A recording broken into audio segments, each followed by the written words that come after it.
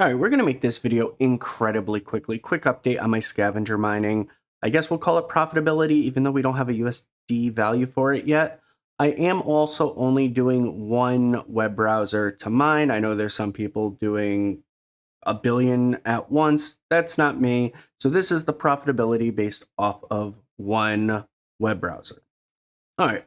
For the most part, everything has been going pretty smooth. We're just, I guess, 2 hours into day 6. Both were successful. Yesterday, all of them were successful. Then if we take a look at the day 4, had one challenge that didn't go through. But for the most part, we've had some pretty good luck, pretty good success.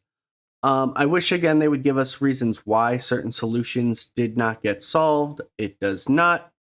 But it seems like everything is working relatively smoothly, at least when it comes to the scavenger mining, because let's be honest, the whole airdrop was a mess.